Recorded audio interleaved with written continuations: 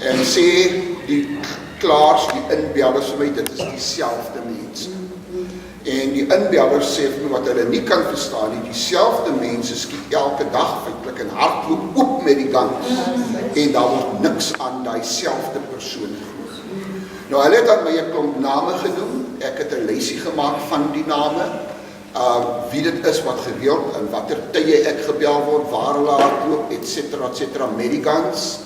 En die klaars is van mening dat die polisie vat nie aan daai selfde mense wat vir al die drama in uitsig verantwoordelik is nie.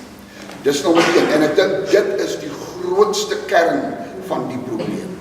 Now, I've got the names, you got the names, later on, ek het 'n ooreenkoms met generaal Beaton aangegaan. Ek sou dit nou aan hom oorhandig het, en ek dink ek moet dit, gewoonlik werk ek nie direk deur die polisiestasies nie, ek werk deur die polisie hoofkantoor, die provinsiale hoofkantoor, en ek dink waaie die provinsiale hoofkantoor moet ek die lys name wat ek amptelik aan die polisie oorhandig, en dit sal ek doen so gou as moontlik. Dit is die een aspek. Die tweede aspek is dat die mense sê vir my, hulle bel Ravensmead polisiestasie baie keer gereeld en dan is daar nie antwoord. Dat is die tweede klagte. Die derde klagte is dat die polisie is, wat hulle sê, is met die polisie is reactief. Ek dink nou aan die Engelse woord reactive, maar reactief beteken die polisie is altyd 15-20 minute laat nadat die skietery gebeur het. Dan daag hulle eers op. En dit was die derde groot klagte van die publiek. En dan die vierde klagte soos ek hom het, en dit is waarby ek gaan stilstaan, want dit is die 4 hoofklagtes. Die laaste een is, die skieters is baie vriendelik met lede van die polisie. Die vraag wat ek aan hulle wil vra, hoekom indien iemand aan klaar gearresteer is en hy kom uit op 'n byl, dan hoeveel keer kan so 'n persoon nadat hy weer gevang is, hoeveel keer kan so 'n persoon aan mekaar gebyl word? Want elke keer as iemand gevang word en dan sien jy met 'n oogknip die persoon is buite en die violence gaan weer aan en hy word weer gevang en dan sien jy net maar die persoon is al weer buite en al wat jy net verstaan is hy's op 'n byl uit. Ek praat nou van persone wat ek wil nie name noem hierdie van, ek wil nie weer die loop na my toe wys nie. Ek wil nie name noem nie, maar hier's mense wat oor die 15 keer op 'n byl uit is. En sy weet nie wat gaan hier aan nie.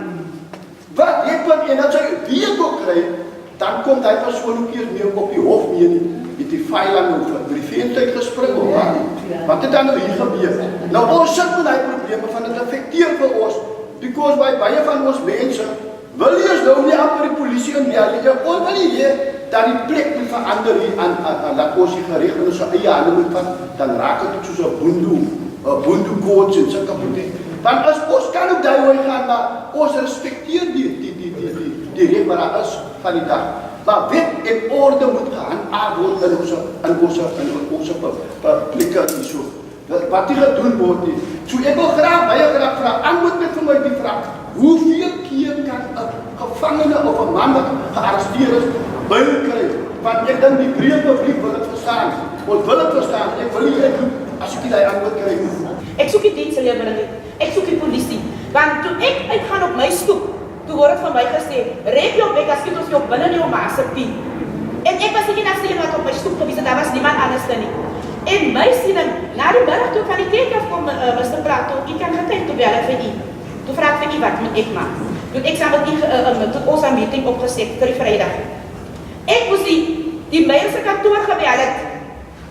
Kaptein, wat is sy naam, Kaptein?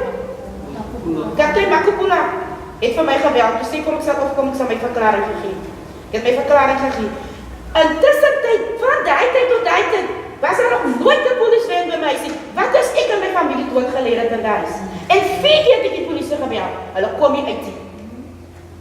So wat is ons as die gemeenskap dan?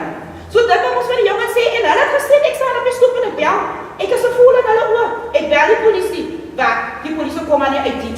So met ander woorde, hulle kan maak en doen wat hulle wil in ons gemeenskap. Daarvoor het die gemeenskap nie vertroue in die Want die polisie regeer nie as ons vir hulle werk. En dit is my eie persoonlike ondervinding. Die polisie reageer, soos julle sê, altyd na die geval. Maar ek kan ook vir julle sê, die polisie het nie net uitsig op die polisie. Die polisie het Eureka District op die polisie, skietgevalle van die plaas. Ons het genoeg district om te skietgevalle van die plaas. Ons het die avenues of Florida Park, soos Florida soos die meentes, het daarvan skietgevalle plaas. En al die gebiede wat ek doen, as ek oorgaan die Dillerij na Rijwensveld, daarvan skietgevalle plaas. En elke gebied wat ek genoem is daar gangsters. En iemand is bewus daarvan. So wat ons moet maak van politiekant af, ons moet ons resources so aanwend om al hierdie gebiede te doen, dat al die mense so dieselfde lewe soos wat eerder van uitsig verlang. En dit is so, dat ons het limited resources. Ek is eerlik met u, daar is limited resources. Soms, en as faktore wat daar impacteer, soos bijvoorbeeld afwesigheid as gevolg van vakantieverlof, siekteverlof, family responsibility leave, wat op kursusse bevind. So dit gaan visibility en die voertuie affecteer. En ons probeer altyd om daarvoor 'n oplossing te vind.